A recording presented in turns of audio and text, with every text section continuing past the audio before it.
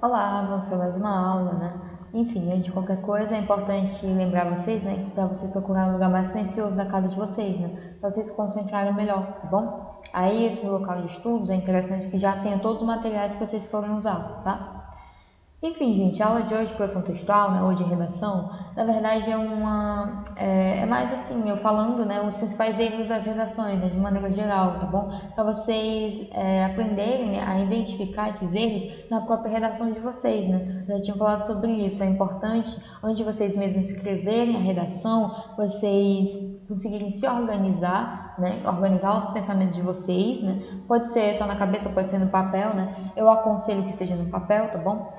Então, vocês pegam um papel mesmo, vão organizando, né, as ideias de vocês no papel, né, tudo que vocês querem colocar na história ou num texto, se for um texto argumentativo, né, é interessante você já identificar qual vai ser o seu posicionamento, quais serão os seus argumentos, tá bom? Como é que você vai defender eles, né? O que é que você pode trazer para tornar seu argumento mais forte, tá? É interessante vocês realmente colocarem no papel, né? Ah, argumento 1 vai ser isso, argumento 2 vai ser aquilo, a minha tese é isso, tá bom? Antes mesmo de vocês começarem o rascunho, gente, sempre falo isso, é importante vocês primeiro pensei no tema, você vai colocar no papel tudo que você sabe sobre o tema, né? Seria uma espécie de brainstorm, né? Você vai colocar ali todas as suas ideias sobre o tema e aí você vai ter um segundo momento, né, que você vai analisar o que é que você vai usar. Ah, esse vai ser meu posicionamento, essa vai ser minha tese, essa vai ser minha outra tese, ou, desculpa, essa vai ser minha tese, vai ser meu outro argumento, enfim. E aí você vai trilhando, né, o seu caminho, né? E aí quando você for fazer seu rascunho, você já vai estar orientado. E aí, né, você vai fazer o rascunho, depois você vai ler esse rascunho e você vai tentar identificar esses erros aqui, né, que eu vou mostrar, tá bom? Se você encontrar algum, não tem problema, você mesmo apaga, você mesmo corrige, né? Antes de passar para a folha oficial, no caso, né? Por quê? Porque depois você passa a folha oficial, aí você não vai poder fazer mais nada, tá bom? Então vamos conhecer alguns desses erros, tá? O principal, gente, fuga do tema. Por incrível que pareça, muitas pessoas cometem esse erro, né? O que seria a fuga do tema? Este erro é caracterizado por uma fuga pontual do tema, um desvio breve daquilo que está sendo tratado naquele momento pelo texto. Basicamente, gente, toda redação, ela vai ter ali uma proposta, né? Uma proposta de redação, no caso, uma proposta de produção. E aí, você tem que respeitar essa proposta, você tem que ler com calma exatamente o que é que está sendo pedido, né? Qual é o gênero textual que está sendo pedido. Por exemplo, está pedindo para você escrever um conto, aí você vai ter que identificar o que é que tem que ter esse conto. Então vamos supor que está pedindo para você fazer um conto em terceira pessoa, na qual você narre a história esteja sendo narrada, sei lá, no interior do Ceará, por exemplo, então você vai ter que obedecer, né? Você vai ter que seguir essas regras que estão sendo colocadas para você, tá bom? E aí vamos supor que você faz em primeira pessoa. Não pode, por quê? Porque lá tá pedindo em terceira pessoa. Parece uma coisa boba? Parece, mas vocês têm que aprender a ler a proposta e pegar as informações necessárias para vocês construírem um texto, tá bom? Ok? Por mais que eu tenha uma ideia mais legal, eu quero fazer uma história, sei lá, no Pará, eu acho que é mais interessante, mas se a proposta está pedindo no interior do Ceará, você tem que fazer no interior do Ceará, tá bom? Vocês têm que respeitar essa proposta, tá? Então, vocês têm que ler esse tema, vocês vão entender, vão interpretar esse tema para vocês poderem escrever. É muito comum a pessoa se perder um pouco, tipo assim, a pessoa até entendeu, só que no meio do caminho ela acaba se perdendo, né? É o que a gente chama de fuga parcial. Então, por exemplo, para você escrever um artigo de opinião sobre, deixa eu ver, a violência contra animais, né? Nas cidades, por exemplo, sei lá, nos grandes centros urbanos. E aí a pessoa escreve até entende, até começa escrevendo, só que no meio do caminho ela esquece que era nos centros urbanos e ela começa a escrever como se fosse no campo, por exemplo, no setor rural. Ela cometeu um erro, que não era. Ou então é violência contra animais domésticos, né? Aí a pessoa fala sobre violência, sei lá, contra animais selvagens, por exemplo, né? Enfim. E aí, então, a gente percebe que teve uma fuga parcial. Ela até entendeu o tema, ela até começou, né, a falar bem, só que aí ela acabou se perdendo no caminho. Isso também é um erro, né, que a gente chama de desvio, tá bom? Enfim.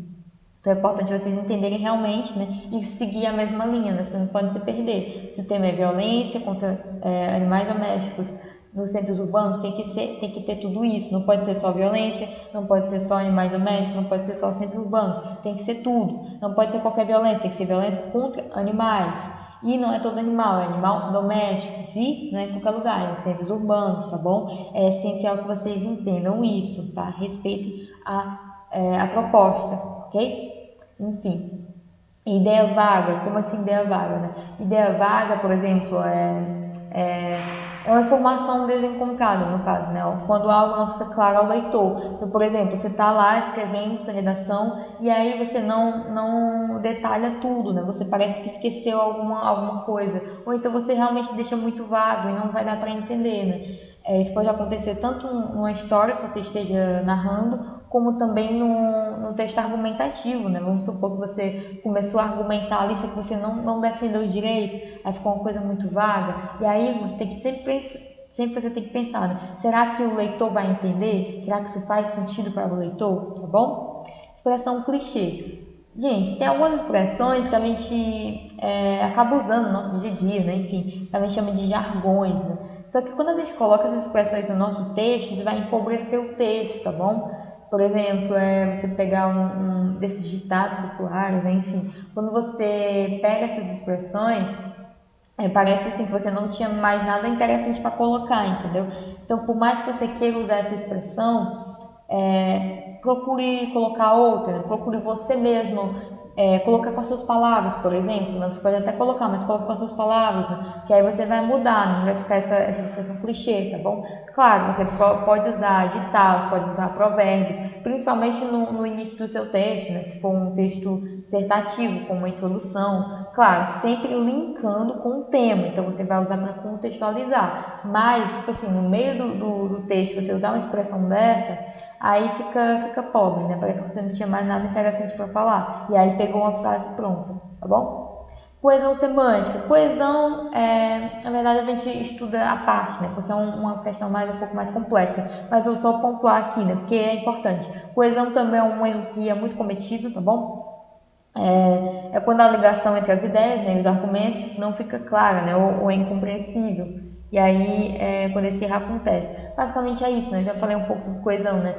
O seu texto, basicamente, ele tem que estar todo coeso, tem que estar todo unido, né? Tem que ter uma sequência ali, tem que fazer sentido, né? Enfim, os seus argumentos têm que fazer sentido com o seu posicionamento, por exemplo, né? E você sempre tem que prestar atenção nisso, tá? Enfim. Ideia sem complementação, né? Segue um pouquinho a lógica ali da ideia vaga, né? Só que aqui é quando você realmente começou, você já começou a falar. Só que aí do nada você não terminou. Talvez você esqueceu, talvez você estava apressado, não fez rascunho, né? Que algumas pessoas fazem direto, eu sei que vocês fazem direto. Não façam isso, tá? Façam rascunho, tá bom? Enfim, aí você fez direto na folha oficial e acabou esquecendo, colocou um ponto ali. Aí você até acompanha, aí do nada parece que acabou, do nada interrompeu, né? E o que até a gente já linka aqui, ó, com raciocínio interrompido, né? Quando você está escrevendo e interrompe, tá bom? Então você está argumentando e interrompe ali, né? A gente coloca como raciocínio interrompido. Mas se você só começar e faltou um complemento, né? Não foi uma coisa tão brusca, só faltou ali um complemento melhor, a gente diz que é uma ideia sem complementação, tá bom? Ocorre quando a ideia é tratada no texto, precisa de maior profundidade, né? Você poderia ter detalhado mais, tá? Quando aquilo que foi escrito não é o suficiente para deixar algo claro ao leitor, tá bom? E palavra inadequada e paralelismo semântico. Palavra inadequada, né? A gente já está falando tudo, né? Quando você coloca uma palavra ali fora do contexto, tá bom? Uma palavra que não fica tão legal ali, você poderia ter usado outra, tá? Paralelismo semântico, gente. Semântico é em relação a significado, tá bom? Enfim, ocorre quando os elementos de uma listagem de uma frase não pertencem ao mesmo campo de significação, né? Quebra de uma lógica de palavra. Seria basicamente assim, vamos supor que você está escrevendo, né, sobre uma redação lá sobre o tema que eu falei, né? A violência contra animais domésticos nos grandes centros urbanos, enfim. Aí você em algum momento está listando os animais que sofrem com isso, né? Então você fala, e muitos animais domésticos sofrem nas mãos de pessoas, sei lá, em ambientes urbanos, como por exemplo, aí você lista os cachorros, os gatos, os passarinhos, enfim, aí do nada você coloca os cachorros, os gatos, os passarinhos e, sei lá, e as roupas, por exemplo. Tipo, o que tem a ver, né? Você começou uma listagem, aí do nada você jogou uma palavra que ela não faz parte do mesmo campo de significação. Você está citando ali animais, a gente espera, né? A gente vai seguindo ali, esperando você falar um outro animal. Aí do nada você fala, sei lá, meia, você fala, não sei, sorvete, por exemplo. Sorvete não é um animal, sorvete é uma comida, por exemplo. Né? Então, às vezes, claro, o que eu coloquei aqui é uma coisa muito caricata, vocês não vão fazer isso. Mas às vezes a gente faz e nem percebe. Então, por exemplo, você está falando, sei lá, dos países, né? Você fala, e as potências mundiais, sei lá. Aí você está falando Estados Unidos, Rússia, França, Alemanha. Aí você fala ONU, por exemplo. A ONU não é um país, né? A ONU é uma instituição, na verdade, né? É um órgão internacional. Então, percebam que aqui não ficou tão óbvio, né? Você começou listando, e esses países, Estados Unidos, França, Alemanha, aí você colocou a ONU não é país. Ou então você coloca, sei lá, Europa. Europa não é país, Europa é continente. Então, às vezes acontece de uma forma como posso dizer, às vezes a gente não percebe, mas vai quebrar essa lógica, tá bom? Você citar uma coisa, você tem que seguir, né? Você está citando países, cite países. Você está citando animais, continue citando animais, tá bom? Enfim. E aí, né, a gente tem, só para finalizar, eu trouxe só alguns, tá bom? Depois a gente fala mais sobre outros erros, tá? Tautologia, né? É o problema da redundância, né? Quando as ideias são repetitivas. Tautologia é repetição, basicamente é isso. Só que é uma repetição de ideias, de pensamento. É quando você está lendo um texto e aquele texto parece que não sai do lugar, está dando volta direto, não é? Então é quando você não consegue desenvolver suas ideias, tá bom? Você se prende ali só com uma e fica naquilo, fica dando volta naquilo, tá bom? Isso é um problema, tá? Ambiguidade. A gente já falou, né, sobre ambiguidade lá atrás, na verdade. São frases, né, que têm problemas em relação a duplo sentido, né? Quando você bota uma frase ali que aí fica com esse duplo sentido. E a ambiguidade, gente, ela é prejudicial, ela só vai ser boa, de maneira geral, se você usar, por exemplo, no anúncio publicitário, enfim, né, nesses gêneros textuais que querem atrair a pessoa, né? Aí vão usar um duplo sentido. Aqui não, você está fazendo uma redação, geralmente, né? Um texto dissertativo, é bom que ele não tenha nenhum tipo de ambiguidade, tá? As ideias têm que ser claras. Correlação temporal e argumentação extrema. Correlação temporal, né? É um problema identificado quando se coloca verbos em tempos diferentes, né? Ou seja, não está obedecendo uma sequência lógica. Então, por exemplo, você está escrevendo uma frase e aí essa frase tem dois verbos, por exemplo, né? Um período, né? Com dois verbos. Aí você começou a falar no presente, né? Todos os verbos estão no presente, sei lá, fez, ouve isso, foi, enfim, né? Faz isso, beleza, todos os verbos no presente. E aí, de repente, você coloca um verbo que não está no presente, coloca um verbo no futuro, né, fará isso, ou então um verbo no passado, né, enfim. E aí isso atrapalha, por quê? Porque se você está seguindo um verbo no presente, tem que ser presente, se é no passado, tem que ser passado, se é futuro, tem que ser futuro, tá bom? Então não pode ter essa quebra no tempo, né, não faz sentido, tá?